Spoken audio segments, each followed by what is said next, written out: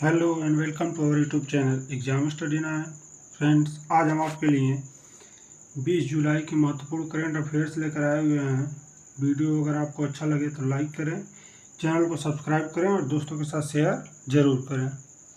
चलिए शुरू करते हैं। आज है 20 जुलाई, तो बात करते हैं 20 जुलाई को। तो अंतर्राष्ट्रीय शतरंज दिवस 20 जुलाई को मनाया जाता है।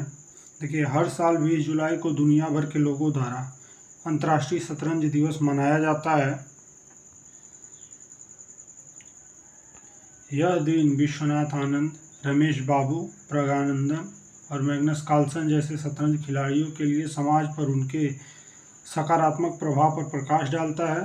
यूनेस्को ने 20 जुलाई को अंतर्राष्ट्रीय शतरंज दिवस के रूप में मनाने का विचार प्रस्तावित किया। अंतर्राष्ट्रीय शतरंज महासंघ FIDE की स्थापना के उपलक्ष्य में 1966 में यह दिन मनाया जा रहा है। यानी इसकी स्थापना 20 जुलाई 1966 को हुई थी। 20 जुलाई की तारीख इसलिए चुनी गई क्योंकि इसी दिन 1924 में पेरिस में अंतर्राष्ट्रीय शतरंज महासंघ की स्थापना हुई थी।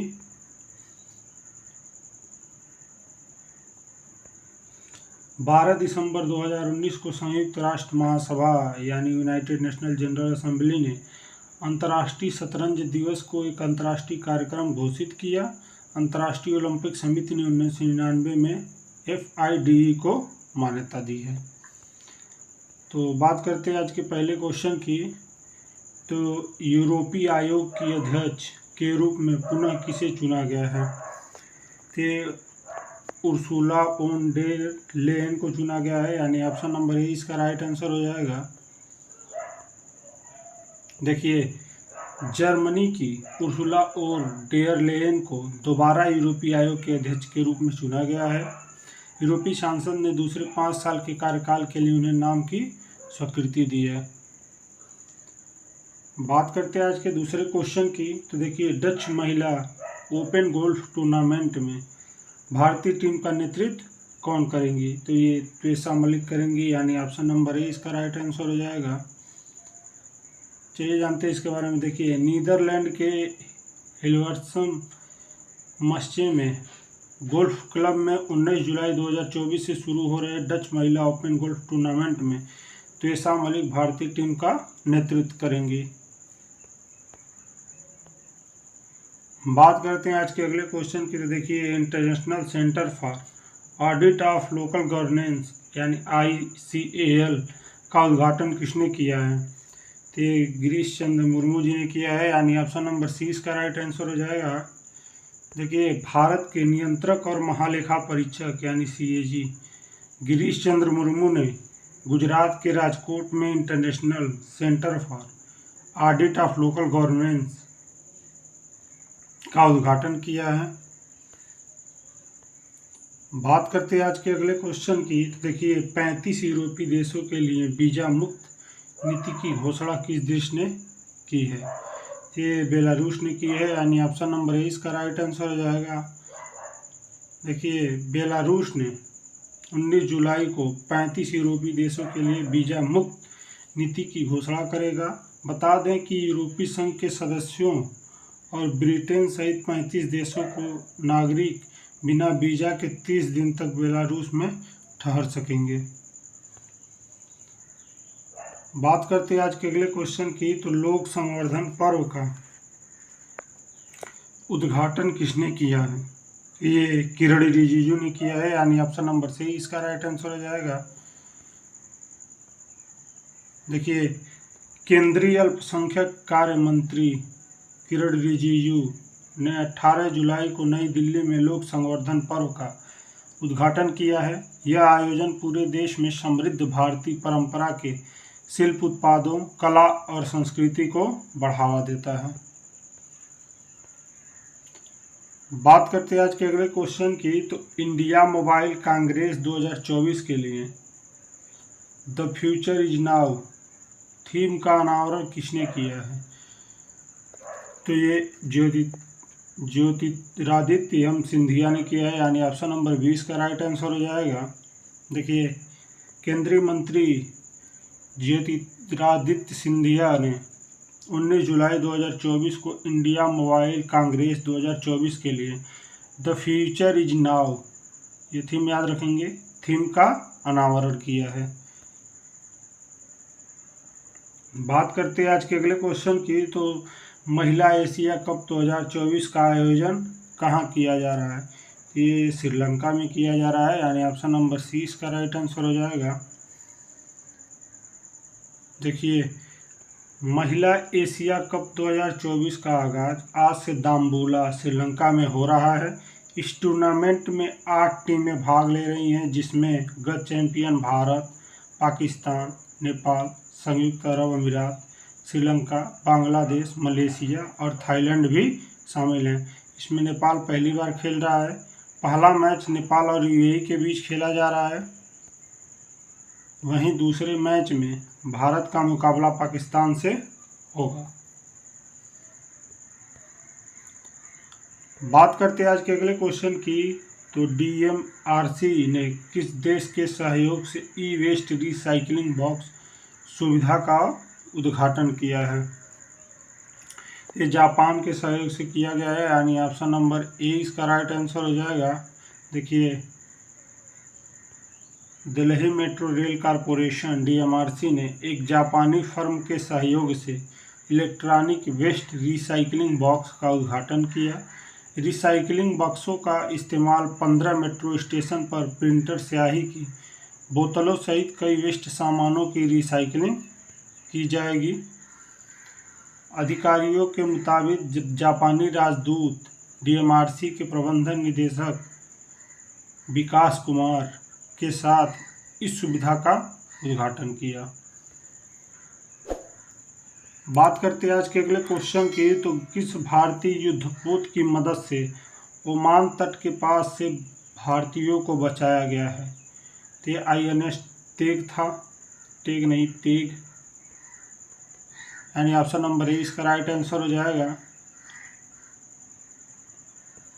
देखिए, भारतीय युद्धपोत INS तेग की मदद से 9 नाविकों को बचाया है, जिसमें 8 भारतीय और 1 श्रीलंकाई शामिल है। बता दें कि हाल ही में कोमोरोस ध्वज वाले तेल टैंकर MT फाल्कन प्रोस्टिज पर सवार थे, जो हाल ही में ओमान तट के पास डूब गया था।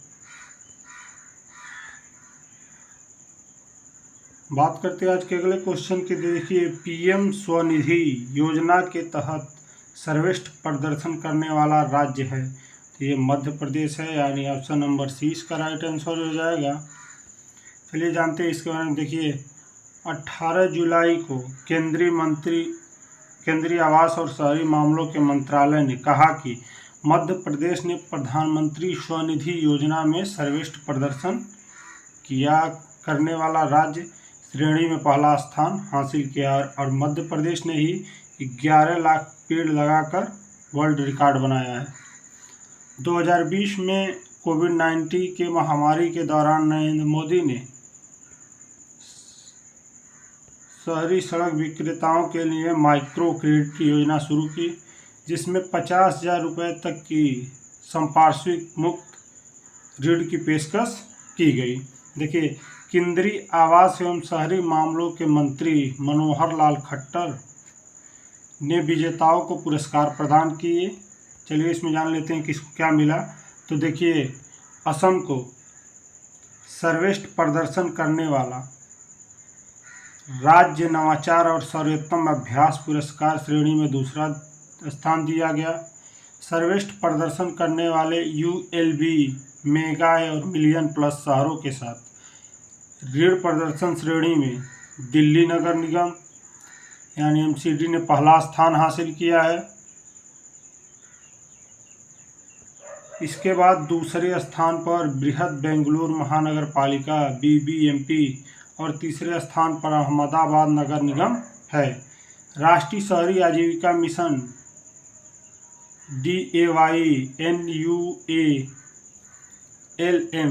NUALM पुरस्कारों की घोषणा की गई, जिसमें Kerala systematic progressive analytical real time banking यानी स्पार्क श्रेणी में चार्ट के शीर्ष पर है। इस श्रेणी में उत्तर प्रदेश और राजस्थान का क्रमशः दूसरे और तीसरे स्थान पर है, ये याद रखेंगे। बात करते हैं आज के अगले क्वेश्चन की, तो 10वें अफ्रीकी देश में संयुक्त राष्ट्र जल कन्वेंशन में कौन शामिल हो गया है? तो ये आइवरी कोस्ट हो गया है, यानी ऑप्शन नंबर सी इसका राइट आंसर हो जाएगा। देखिए आइवरी कोस्ट जो है संयुक्त राष्ट्र जल कन्वेंशन में शामिल होने वाला 10वां देश बन गया है। आइवरी कोस्ट सहकारी जल प्रबंधन को बढ़ाने के लिए कन्वेंशन में शामिल हुआ है। यह 1992 में संयुक्त राष्ट्र जल कन्वेंशन का 53वां देश भी बन गया है, जिसे ये 10वां दक्षिण अफ्रीकी देश है और 53वां देश बन गया है संयुक्त राष्ट्र का, जिससे ट्रांस बाउंड्री जलमार्गों और अंतर्राज्यीय झीलों के संरक्षण और उपयोग पर कन्वेंशन के रूप में भी जाना जाता है। इस कन्वेंशन की स्थापना पैन यूरोपीय क्षेत्रों के लिए एक क्षेत्रीय ढांचे के रूप में की गई थी। इस कन्वेंशन के तहत देशों को ट्रांस बाउंड्री जल के सतत प्रबंधन के लिए सहयोग करना आवश्यक है।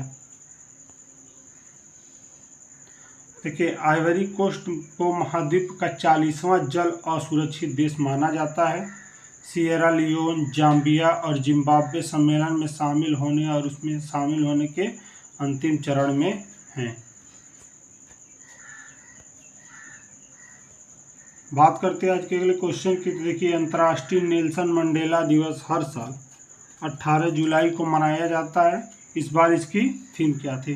तो इस बार इसकी थीम रही है गरीबी और असमानता का मुकाबला करना हमारे हाथ में है, यानी ऑप्शन नंबर ए इसका राइट आंसर हो जाएगा। बात करते हैं आज के अगले क्वेश्चन की। देखिए हाल ही में अमेरिका में भारत का राजदूत किसे नियुक्त किया गया है? कि विनय मोहन क्वात्रा को किया गया है, यानी ऑप्शन नंबर 20 का राइट आंसर हो जाएगा। मनोज सिन्हा जी हैं, ये महारेरा के अध्यक्ष बने हैं। विक्रम मिश्री जो हैं इस समय भारत के विदेश सचिव बने हैं। इससे पहले विनय मोहन क्वात्रा जी थे, जिनके स्थान पर विक्रम मिश्री बने हैं। और तरणजीत सिंह संधू जी जो हैं ये अमेरिका में भारत के राजदूत थे, जो कि जनवरी में रिटायर हो गए हैं, जिससे अब तक ये पद खाली था।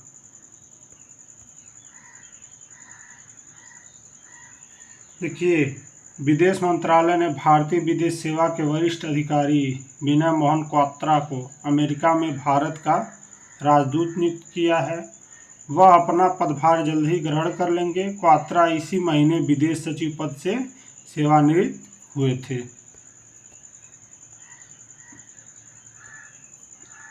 बात करते हैं आज के अगले क्वेश्चन की। FICCI यानी फिक्की के अनुसार 2024-25 में भारत की GDP कितने प्रतिशत रहेगी? तो ये 7% अनुमान लगाया गया है, यानी ऑप्शन नंबर सी इसका राइट आंसर हो जाएगा। देखिए बात करते हैं फिक्की की। तो फिक्की की स्थापना 1927 में गांधी जी के कहने पर घनश्याम दास बिड़ला और पुरुषोत्तम दास ठाकुरदास ने की थी।